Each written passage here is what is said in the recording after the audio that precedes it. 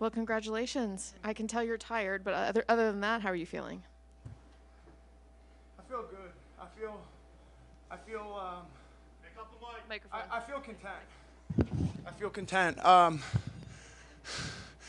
I listened to my coaches. I followed a game plan that wasn't necessarily easy. I think a lot of people, I think the majority of the people thought that I didn't have the cardio or the heart or the endurance to wrestle for all 3 rounds. And for me, it was like, especially after I didn't finish that arm triangle, like in the weeks leading up to the camp, like leading up to the fight, like I played it in my head so many times where like if I got to my position, I was just going to give like 100% into the finish and not worry about what happens if I don't get it. And I was able to put 100% into the submission, not get the finish, yet still fight through and like just learn how to survive. You know, I'm up on the scorecards, and like I think it means more to me than going out and getting like a beautiful finish. Was there extra pressure on you going into the Absolutely. Coming off 2 losses against a guy that's not in the top 30. Yeah, for sure. Like the thought of like, if I don't win this, I'm done, certainly popped into my head, a few times. How do you stay positive during that time when you're not winning and you're sitting and waiting for a fight and then you're I mean, dude, I don't mean to sound cliche, but like I really have been through like so much shit in my life, like with the drugs and substance abuse and going through treatment and getting arrested. Like I've been through way worse positions where, like, I know I've said this before, like winning a fight or winning 2 fights, or I'm sorry, losing a fight or losing 2 fights, where like, dude, if I don't have to wake up and have to go find $10 to get high, like I'm winning at life. You know what I mean? Like the average life expectancy for an IV heroin user is 26 years old. Like I'm winning no matter what, whether I win out here or lose. Like as cliche as it sounds, like that's really how I put it in perspective.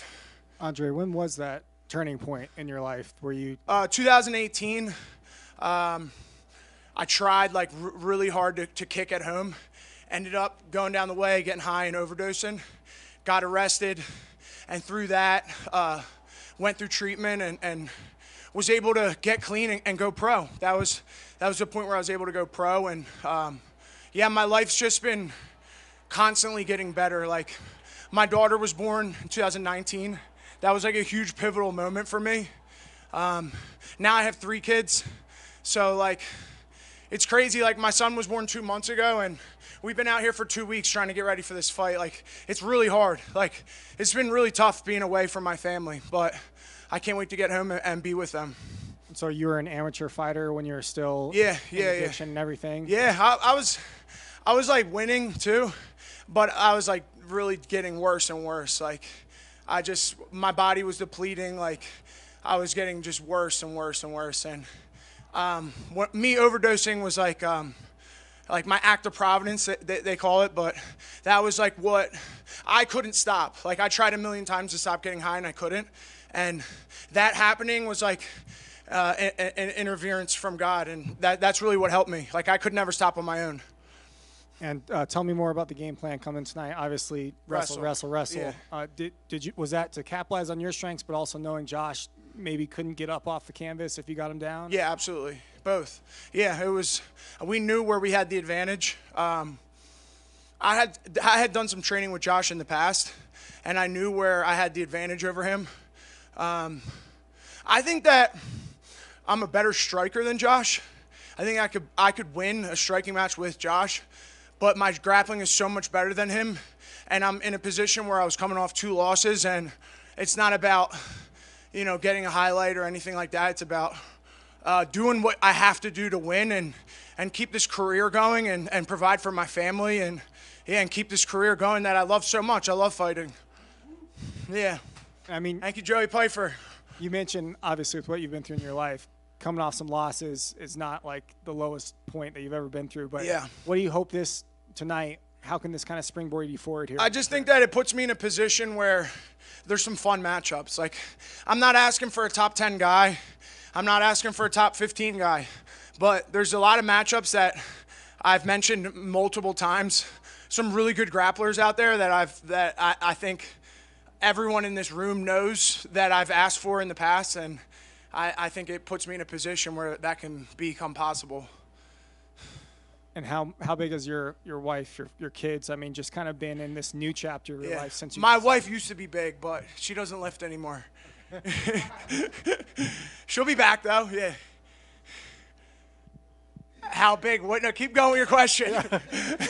How big of support have they been? Oh, big of support. Okay, you had to clarify that. They're awesome. Like my girlfriend has carried the load this entire camp. Like being with the baby. Like I don't like she gets up with him, and in the middle of the night, she knows I practice the next day. It's like that's huge. You know, I mean, we both have a kid of our own, so like.